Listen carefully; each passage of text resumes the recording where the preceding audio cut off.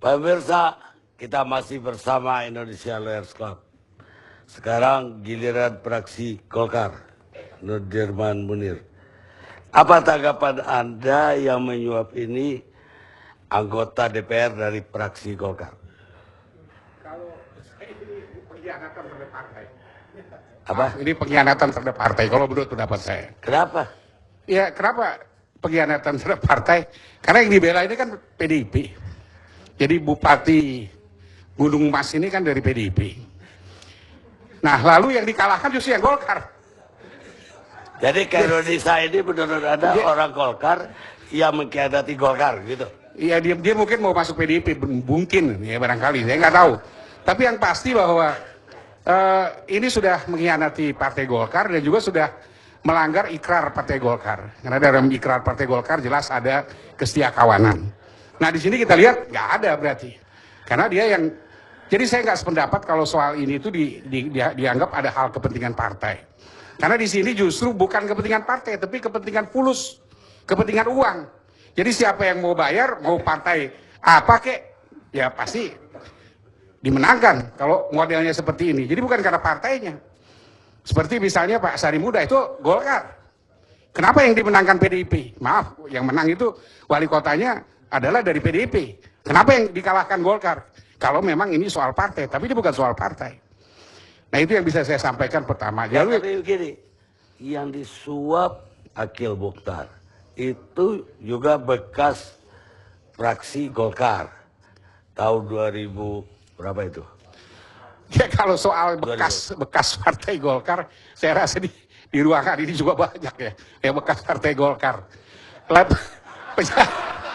Pejabat-pejabat negara mulai dari Prabowo, Wiranto, ya bekas Golkar.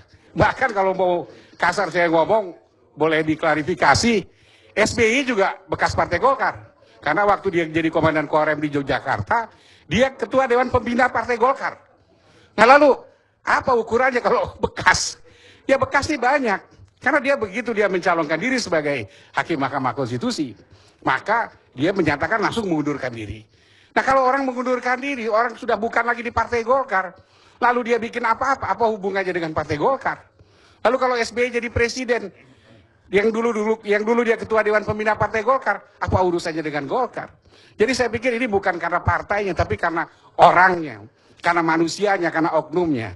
Jadi dalam hal ini saya juga heran.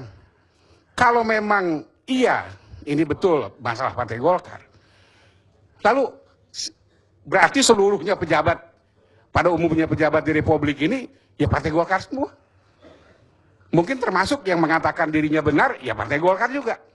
Jadi dalam hal ini bukan soal partai, ini soal manusianya.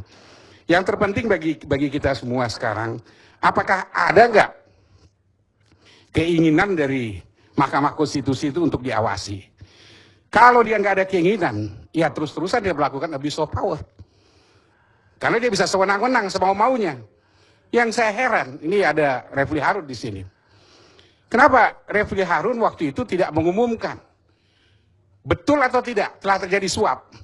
Kenapa justru 4 mata aja dengan Mahfud? Dan lalu dikeluarkan pengumuman yang berbeda dengan tuduhan awal. Bahwa Akil menerima suap dari kliennya Refli Harun.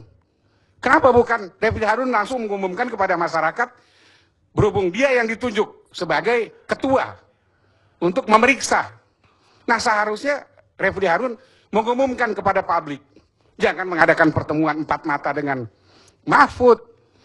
Nah, kalau diumumkan langsung, ini kan kelihatan betul atau tidak dari hasil pemeriksaan. Tapi kalau ketemu lagi sama Pak Mahfud, lalu dipoles lagi. Akibatnya apa? Kita lihat akibatnya seperti hari ini.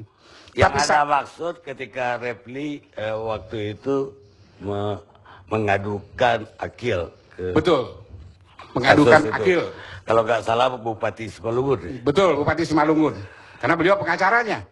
Nah, seharusnya waktu dia ditunjuk sebagai ketua panitia pemeriksa ya oleh Mahfud, karena langsung dia ditunjuk sebagai ketuanya. Ketua investigasi. Ketua investigasi. Nah, seharusnya Refli Harun, karena saya kutip di sini,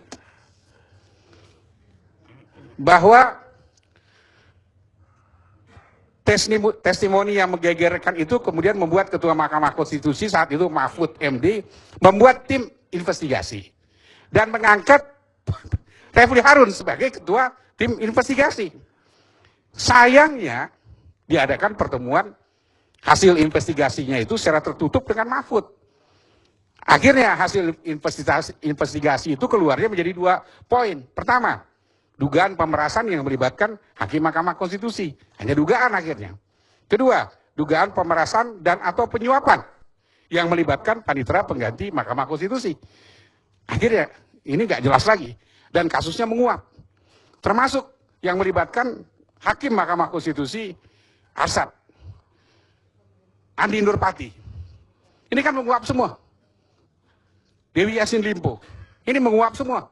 Nggak jelas. Kenapa? Karena nggak ada pengawasan. Sehingga setiap kasus hilang begitu saja seperti ditelan bumi. Jadi saya lebih sependapat memang bahwa harus ada pengawas. Komisi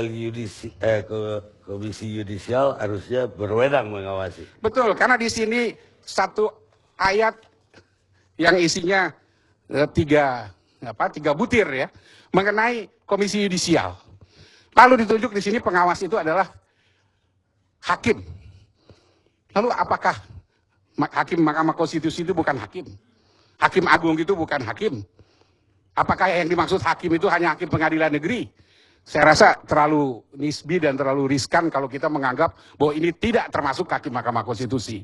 Akibatnya kita menjadi hancur lebur seperti ini karena adanya penafsiran yang keliru mengenai hakim. Seharusnya termasuk hakim di sini ya Hakim Mahkamah Konstitusi, Hakim Mahkamah Agung, Hakim Pengadilan Tinggi, hakim kecuali hakim garis. Baik, Pak. kenapa boleh di sebagai pakar hukum deh. Baik, Pak Karni, pertama kali saya mengucapkan selamat sebagai dokter. Terima kasih. Nggak usah. Anda pantas mendapatkannya. Itu aja. Yang kedua adalah saya mengucapkan selamat pada KPK yang telah bisa mengungkap high profile graft atau korupsinya yang melibatkan eksekutif, legislatif, yudikatif, swasta, dan advokat. Advokat terlibat itu, Susi ya. Dan yang kurang itu LSM, Pak. LSM mudah-mudahan bisa bertahan. Dan mudah-mudahan KPK juga tetap bersih. Gitu. Jangan sampai apes nanti. Jadi sekarang itu ira-ira itu udah berubah, Pak. Ira-ira itu demi keadilan berdasarkan ketuhanan yang Maha Esa, sekarang demi keadilan berdasarkan US dollar yang Maha Esa. Sekarang rupiah tidak laku lagi. Pakai dolar atau dolar Singapura atau dolar Amerika. Dolar Amerika memang ada in God we trust. Ya, tipis dan membawanya gampang. Ya. Pak, saya itu sebagai guru besar hukum pidana sudah 23 tahun. Tapi saya mengalami kejenuhan dan kebosanan. Ya. Karena kita bicara selalu normatif dan sebagainya dan terikat pada asas legalitas yang ketat. Seperti tadi pidana mati tidak mungkin dijatuhkan kecuali dalam negara dalam keadaan bahaya, krisis ekonomi, residif, atau bencana alam. Selain itu tidak ada. Paling pidana seumur hidup atau ditambah dengan pidana tambahan. Maksimumnya gitu ya. Sekalipun tidak pidananya beberapa. Sehingga saya sekarang bergerak ada suatu ilmu yang in between, yaitu antara kriminologi dan hukum pidana, yaitu politik kriminal. Politik kriminal atau criminal policy. Jadi di situ katakanlah lebih nyata karena hukum pidana itu menurut saya hanya bisa menghukum orang, memasukkan orang ke penjara. Tetapi kalau kebijakan kriminal itu kita bicara tentang root causes, akar permasalahan dari terjadinya kejahatan itu apa. Ini yang menarik ya. Pak Satwi jagonya kriminologi di sini. Jadi di sana kebijakan kriminal itu hukum kejahatan itu selalu seolah-olah bisa diselesaikan dengan hukum pidana. Itu dengan pendekatan disconnectedness, itu tidak ada kaitan dengan masalah sosial dan sebagainya. Nah, sekarang kebijakan kriminal itu mengarah pada connectedness, bahwa kejahatan itu selalu berkaitan dengan struktur sosial dan sebagainya. Nah, di sini ada suatu, untuk menyelesaikan masalah MK ini, saya selalu tertarik pada banyak teori, tapi yang namanya rumus Klitgard. Klitgard itu seorang guru besar dari California dan pernah menjadi advisor dari lembaga-lembaga internasional dan pernah datang ke Indonesia. Dia menyatakan bahwa korupsi atau corruption itu adalah sama dengan equal dengan orang yang diberi kekuasaan monopoli kekuasaan, hakim dan sebagainya, monopoli kekuasaan atau pejabat dan sebagainya. Dan dia punya kewenangan untuk mengambil diskresi. Diskresi itu artinya suatu keputusan yang diambil atas situasi khusus, ya. Tetapi dia tidak punya akuntabilitas. Jadi C sama dengan M plus D minus A. Ya. Ini tetap berlaku dan banyak diakui sebagai rumus yang bagus sekali. Ya. Nah, di sini kita melihat bahwa untuk timbulnya korupsi itu ada suatu budaya anomy of success. Sukses dengan menghalalkan segala cara. Ya. Maka apalagi kalau dia diberi kekuasaan, monopoli kekuasaan, dia mempunyai kewenangan buat diskresi, tapi dia tidak punya akuntabilitas sama sekali. Rasa tanggung jawab pada masyarakat, bangsa, negara, apalagi pada Tuhan Yang Maha Esa. Ini jadi masalah. Orang Jawa selalu bilang, terpengaruh harta, tahta, wanita, muncul molimo, maling, madat, minum, adon, dan sebagainya. Ya. Ini sesuatu yang betul-betul, maling itu korupsi, Pak. Madat itu sabu-sabu, main keplek, ya. Judi, minum itu minuman keras, ya. Dan madon itu wedoan. Itu main perempuan. Molimo. Molimo, ya. Nah, di sini dari kasus ini kelihatan sekali bahwa korupsi tadi dikatakan bahwa yang harus dibatasi kalau begitu berdasarkan rumus Klitgard itu adalah monopoli kekuasaan. Monopoli kekuasaan MK itu harus dibatasi. Artinya usul banyak tadi pemilu kada pemilu itu dikembalikan saja ke pengadilan tinggi atau dikembalikan pada DPRD, jangan diletakkan pada MK. Itu sudah terbukti. Bahkan isu yang terdengar itu, yang tertangkap itu, ya, itu mempunyai pedoman cash and carry. Cash and carry itu bayar dulu, jangan dicicil, baru saya selesaikan kasusnya. Maka disebut Mr. Cash and Carry itu yang terkenal, orang yang terkenal itu. Dan tidak peduli partai apa, partai Golkar pun disikat oleh dia. Ya. Ini pengalaman saya sebagai biro hukum dari Golkar. Ya.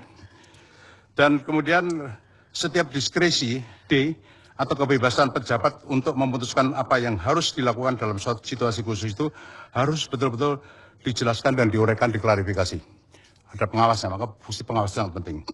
Kemudian transparansi harus ditingkatkan, dan kemungkinan untuk menangkap dan pidana harus ditingkatkan. Karena korupsi itu disebut sebagai crime of calculation, kejahatan yang dilakukan dengan kalkulasi. Kalkulasi artinya, tidak akan tertangkap, terorganisasi secara rapi, dan pidananya mungkin tidak terlalu berat. Maka itu harus ditingkatkan. Kemungkinan untuk menangkap itu harus besar, dan pidana itu harus berat, katakanlah. Tapi pidana mati tidak mungkin tadi. Hukum harus diperbarui, undang-undang MK, pengawasan ditingkatkan, dan usaha perubahan mentalitas dan etika untuk memacu akuntabilitas. Akuntabilitas saat ini seperti mati suri, katakanlah. Jadi itu pemikiran Klitgard ini saya kira suatu yang sangat baik sekali, dan di samping itu saya kira perlu perubahan undang-undang korupsi disesuaikan dengan standar UNCAC, United Nations Convention Against Corruption, ya. Combating Corruption itu tahun 2003 itu sudah diratifikasi, tapi sampai sekarang belum disesuaikan undang-undang kita. Di situ ada trading in influence yang sekarang banyak disebut dalam kasus-kasus money laundering, kemudian korupsi di lingkungan swasta, illicit enrichment dan sebagainya. Ini saya juga heran, ratifikasi sudah dilakukan beberapa tahun, 2-3 tahun yang lalu, tapi belum disesuaikan undang-undang kita. Jadi seolah ratifikasi itu hanya suatu aksesori saja. Jadi saya kira perlu harus betul-betul melakukan tindakan implementing legislation itu harus dilaksanakan dengan baik. Dan untuk itu Pak, saya berdoa sekali lagi supaya KPK itu tetap eksis dan tetap bersih, dan LSM-LSM kita tetap menjadi suatu panutan dan sebagainya. Dan anjuran saya, jangan ada pihak-pihak yang menghasut agar ada kepembangkangan terhadap kepala daerah karena putusan MK di masa lalu dianggap cacat. Ini sudah ada di beberapa tulisan ada begitu. Ini sangat berbahaya, menimbulkan suatu hal yang chaos. Kemudian yang kedua, Majelis Kehormatan MK dan 8 hakim MK yang lain harus terus bekerja secara profesional dan menjaga integritas. Dan jangan takut dicurigai. Mereka itu sekarang statusnya 8 hakim MK itu adalah orang-orang yang tercurigai, bukan terperiksa tapi tercurigai. Ada istilah baru, tercurigai. Jadi kalau dia memang bersih, ya nanti akan eksis, tidak ada masalah. Saya setuju KPK mengusut masalah yang menyelidiki, menginvestigasi dengan baik. Kemudian hanya ada orang yang mengkritik apakah sidang majelis kehormatan yang menggali masalah-masalah pribadi itu harus bersidang secara terbuka untuk membangun pencitraan. Saya tidak setuju. Sidang majelis kehormatan terbuka seperti kemarin itu. Ada masalah-masalah yang terlalu private. Di semua organisasi profesi, sidang masalah majelis kehormatan itu tertutup. Tertutup, tidak terbuka seperti itu. Kalau pengadilan terbuka, silakan. Jadi itu untuk pencitraan saja supaya kelihatan MK itu sungguh-sungguh ya. Jadi MK itu sekarang tercurigai ya.